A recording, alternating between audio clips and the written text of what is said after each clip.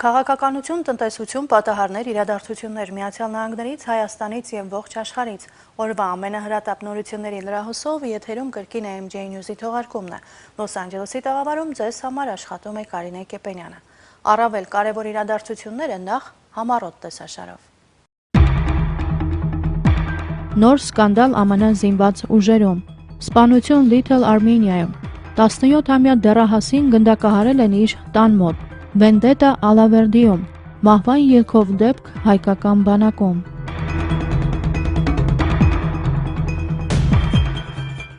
Իսկ այժմ առավել մանրամասն։ ԱՄՆ նախագահ Բարաք Օբաման 2011 թվականի նախընտրական հիմնադրամի համար հավաքել է $222 միլիոն գերակատարելով տարեկան պլանը, որով նախատեսված էր $200 միլիոն։ Այս մասին ընտրողներին հայտարարել է գործող նախագահի ընտրական շտաբի ղեկավար Ջիմ Մեսինան։ 2008 թվականին Օբամայի նախընտրական ֆոնդի ծավալը կազմել էր $750 միլիոն։ Մեսինան նշել է, որ այդքան գումար հույս ունեն հավաքել նաև 2012 թվականին։ Նախընտրական ֆոնդի ծավալով Օբաման առաջնային դիրք է գրավում բոլոր թեկնածուների մեջ։ Ամենահայտնի և հարուստ հանրապետական թեկնածուն Մասաչուսեթսի նախկին նահանգապետ Միթ Ռոմնին 2011 թվականի ընթացքում հավաքել է $56 միլիոն։ Ամենափոքր բյուջեն ունի Փենսիլվանիայից նախկին սենատոր Ռիկ Սանթորամը, ում նախընտրական ֆոնդը դեկտեմբեր ամսվա տվյալներով կազմում էր $1.2 միլիոն։ Համաձայն թեկնածուների կողմից դեկտեմբերին հրապարակված տեղեկատվության նախընտրական ֆոնդի ծավալով հանրապետականների շրջանում երկրորդ տեղն էր զբաղեցնում Թեքսասի նահանգապետ Ռիկ Փերին $17 միլիոն $200,000։ Երրորդ տեղում էր կոնգրեսական Ռոն Փոլը, դարձյալ Թեքսասից $12 միլիոն $787,000։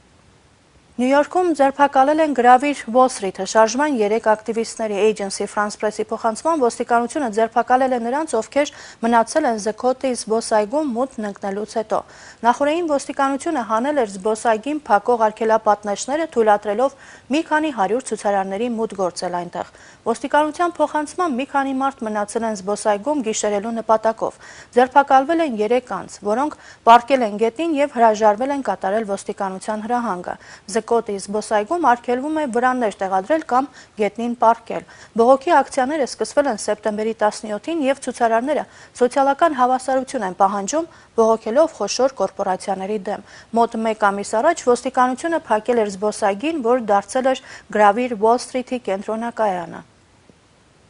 Միացյալ Նահանգները կրճատում են Սիրիայում իր դեսպանատան աշխատակիցների թիվը։ Reuters-ի փոխանցմամբ նման հայտարարություն է տարածել ԱՄՆ պետքարտուղարությունը։ Պետքարտուղարությունը որոշում է կայացրել կրճատել Դամասկոսում գտնվող ԱՄՆ դեսպանատան աշխատակիցների թիվը և հրաման է տվել կրճատման տակ հայտնվածներին անհապաղ լքել Սիրիան, ասվում է հայտարարության մեջ։ Դեսպանատան աշխատակիցների մի մասին հետ կանչելու որոշումը պայմանավորված է Սիրիայի անկայուն վիճակով։ ԱՄՆ պետքարտուղարությունը դեռ 2011 թվականի ապրիլին հրամայել էր տարհանել Սիրիայից ԱՄՆ դիվանագետների ընտանիքի բոլոր անդամներին, ինչպես նաև դիվանագիտական առաքելության որոշ աշխատակիցների։ Հոկտեմբերին անվտանգության նկատառումներից ելնելով Դամասկոսից ստիպված էր հեռանալ Սիրիայում ԱՄՆ դեսպան Ռոբերտ Ֆորդը, սակայն դեկտեմբերի սկզբին նա վերադարձել է։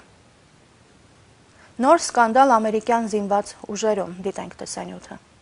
Ամերիկյան զինված ուժերում հերթական հսկայական սկանդալն է հասունանում, որը կարող է լրջորեն վնասել ԱՄՆ բանակի և պետության հեղինակությանը։ Ցանցում տեսագրություն է հրապարակվել, որտեղ երևում է, թե ինչպես են ծովային հետևակայինները ցուցադրաբար իրենց կարիքները հոգում գետնին ընկած սպանված թալիբների դիակների վրա, այդ ընթացքում գրահիկ կատակներ անելով։ Տեսագրությունը տևում է ընդամենը 39 վայրկյան, և դա համացանցում տարածողը նաև նշել էր, թե որ զորամիավորման որ գումարտակի զինվորներն են նկարվածները։ ԱՄՆ ծովային հետևակի հրամանատարությունը արդեն հայտարարել է, թե տեսագրության իսկությունը չի հաստատվել, սակայն իրենք ստուգումներ են իրականացնում։ Այնուամենայնիվ, Պենտագոնը հայտարարել է, որ նկարագրված դրվագը չի համապատասխանում ծովային հետևակի բարոյական արժեքներին։ Դիակները պղծողներին խստագույնս պատժելու հանձնարարական է տվել ԱՄՆ պաշտպանության նախարար Լիոն Փանետան։ Աֆղանստանում տեսագրությունը բողոքի լայն ալիք է առաջացրել, իսկ նախագահ Համիդ Քարզայը ԱՄՆ կառավարությունից պահանջել է մեղավորներին դատի տալ։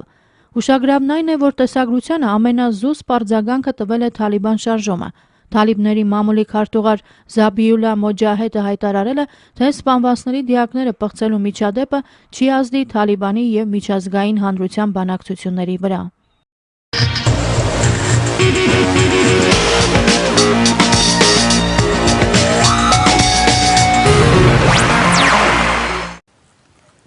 Վերջին 45 տարում առաջին անգամ սպանությունները չեն մտել ԱՄՆ մահվան ամենատարածված 15 պատճառների ցանկում։ Այդ մասին ասվում է ԱՄՆ առողջապահության նախարարության հրապարակած զեկույցում։ 2010 թվականի վերաբերյալ տվյալներում սպանությունները 15-րդ հորիզոնականը զիջել են շնչառական ուղիների պնևմոնիտ կոչվող հիվանդությանը, որը տարածված է 75 նանց մարդկանց շրջանում։ Ըստ զեկույցի ամերիկացիները ավելի շատ մահանում են սրտի, քաղցկեղի, շնչառական ուղիների, ուղեղի արյունաշրջանառության հիվանդություններից եւ դժբախտ պատահարներից։ ԱՄՆ-ում նաև արձանագրվել է նորածինների շրջանում մահացության դեպքերի նվազում։ Աճել է կյանքի միջին տևողությունը 78.6 տարուց մինչև 78.7 տարի։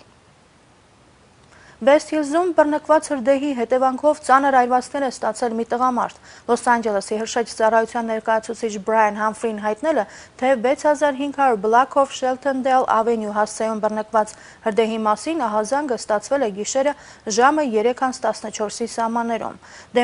Դեպքի վայր մեկնած հրշեջները մարել են կրակը մոտ 20 րոպեի ընթացքում։ Մոտ 50 տարեկան տղամարդը պարանոցի, դեմքի եւ շնչառական ուղիների այրվածքներ է ստացել եւ ծանր վիճակում տեղափոխվել է հիվանդանոց։ Բժիշկների գնահատմամբ վիրավորների վիճակը ծայրահեղ ծանր է։ Տանը բնակվող եւս 3 անձինք չեն վիրավորվել, քանի որ հասցրել են նախապես լքել տունը։ Նախնական գնահատականներով տանը մոտ $180,000 վնաս է հասցվել։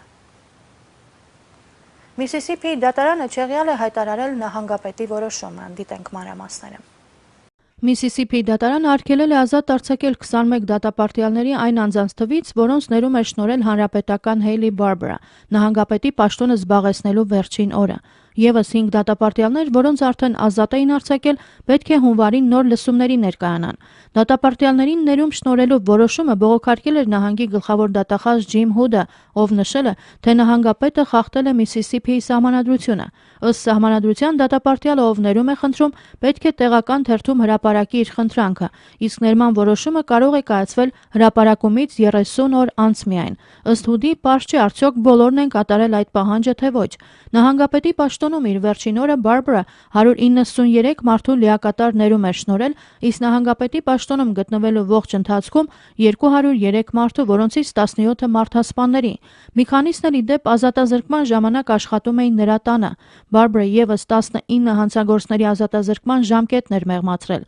Բարբրի տանն աշխատող եւ ներում ստացած հանցագործներից մեկն էլ 40-ամյա Դեյվիդ Գեթլինը, ով 1993 թվականին սպանել էր իր կնոջը։ Ներման որոշումը վրդովեցրել էր կնոջ հարազատներին, որոնք բողոք են ներկայացրել։ Բարբրի լիազորությունները ավարտվել են հունվարի 10-ին, նահանգապետի պաշտոնում նրան փոխարինել է Ֆիլ Բրայանը։ Սիրելի հեռուստադիտողներ, դուք ինքներդ էլ կարող եք դառնալ AMG News-ի թղթակից եւ մեզ ուղարկել ձեր նկարահանած արտակարգ պատահարների տեսագրությունները կամ լուսանկարները։ Լավագույնները կցուցադրվեն մեր եթերում։ Լոս Անջելեսի Little Armenia թաղամասում տեղի ունեցած սպանությունը գանգստերական հակամարտության հետևանք է։ Այդ մասին հայտնել է Լոս Անջելեսի ոստիկանական վարչությունը։ Սերժանտ Ջերի Սանթոսը հայտնել է, որ սպանությունը տեղի ունեցել Սանտա Մոնիկա Բուլվարդ եւ Էջմոնդ Սթրիթ խաչմերուկում ժամը 1:15-ի սահմաններում, երբ զոհը կանգնած ավտոբուսի է սպասել։ Նա եղել է ընկերուհու հետ, երբ մոտեցել են երկու տղամարդիկ եւ սկսել են հետապնդել։ Երկու անհայտ անձինք հետապնդել են տղամարդուն դեպի Michael's Donuts House-ի ուղղությամբ, որտեղ զոհը ընկել է։ Նրան ավելի ուշ տեղափոխել են հիվանդանոց, որտեղ բժիշկները արձանագրել են նրա մահը։ Սանթոսի խոսքով սպանության քննությունը վկայում է, որ այն կապ ունի փողոցային ավազակախմբերի հետ։ Սպանվածի ինքնությունը առայժմ հայտնի չէ։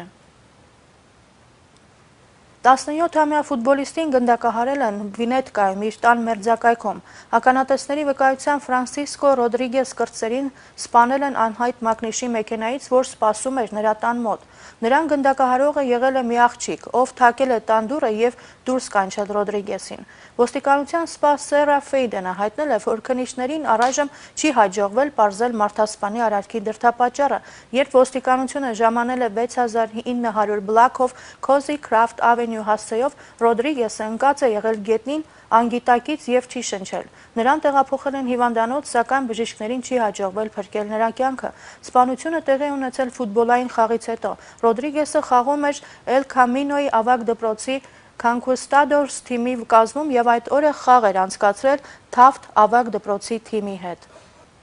ԱՄՆ իշխանությունները 50 մարդու մեղադրել են այն խարդախություններին մեղսակից լինելու մեջ, որի շրջանակներում պուերտորիկացիների փաստաթղթերը Միացյալ Նահանգներում վաճառվել են անօրինական ներգաղթյալներին։ Սա խարդախության ամենախոշոր դեպքն է, որի հետ երբևէ գործ է ունեցել ԱՄՆ-ի ներգաղթի եւ մաքսային ոստիկանությունը։ Պուերտո Ռիկոյի քաղաքացիների ծննդյան վարորդական իրավունքի հարյուրավոր վկայականներ եւ այլ փաստաթղթեր էին ուղարկել ԱՄՆ-ի մայրցամաքային շրջաններ եւ $25,000 վաճառվել մեծ մասամբ անօրինական ներգաղթյալներին։ Վաշինգտոնում BBC թղթակիցը հաղորդել է, որ ԱՄՆ-ի քաղաքացիություն եւ լատինաամերիկյան ազգանուններ ունեցող պուերտորիկացիների անձնական տվյալները ցանկալի ավար են խարդախների համար։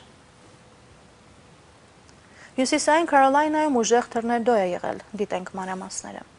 Առնվազն 15 մարդ մարմնական վնասվածքներ է ստացել եւ մոտ 60 տուն է վնասվել Հյուսիսային Քարոլայնայի արևմուտքում տեղի ունեցած ուժգին թռնեդոյի հետևանքով։ Waterford եւ Burke շրջաններում մոլեգնած սառը օդային ճակատը ըստ ԱՄՆ ազգային օդերևութաբանական ծառայության Քարոլայնայի տարածքով անցել է 3 երեկոյան։ 10 մարդ վիրավորվել է Waterford շրջանի Էլենբորո քաղաքում։ Շերիֆի գրասենյակի ներկայացուցիչ սերժանտ Դուեյն Ռայթի խոսքով նրանցից երկուսի վնասվածքները բավական լուրջ են։ Քաղաքում նաեւ ոչնչացվել է առնվազն 10 շինություն։ Այսօր առավոտյան նոր սկսվել են փլատակների մաքրման աշխատանքները, երբ եղանակային պայմանները փոքր-ինչ բարելավվել են։ Օդերևութաբան Նել Դիքսոնի խոսքով եւս 5 մարդ վիրավորվել է Բորկ շրջանում։ Այստեղ վնասված շենքերի թիվը ավելին է։ Մասամբ կամ ամբողջությամբ վնասվել են 50 առանձնատներ։ Ամերիկյան Կարմիր խաչը տուժածների համար կացարան է բացել Այքարդում։ Թռնեդոյի պատճառով դպրոցներում պարապմունքները հետաձգվել են։ Տարերքը հարվածել են նաև Քոլդուել շրջանին, որտեղ վնասվել են մի քանի զբոսանավեր։ Օդային ճակատը Հյուսիսային Քարոլայնա է տեղափոխվել հարավային Քարոլայնայից, որտեղ եւս որոշ վնասներ էր հասցրել։ Մնացեք մեր եթերում եւ ծանոթացեք հայաստանյան եւ միջազգային նորություններին։ Կհանդիպենք վայրկյաններ անց գովազդային դադարից հետո։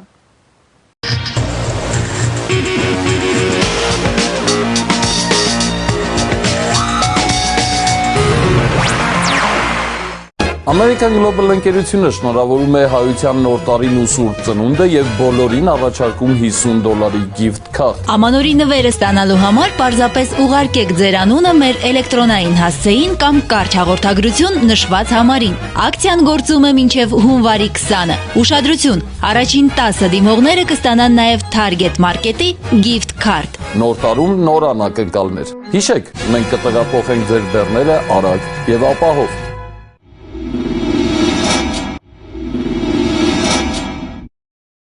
I'm Albert Apkarian. Every case is personal to us. We'll use all of our resources to get the best result for you.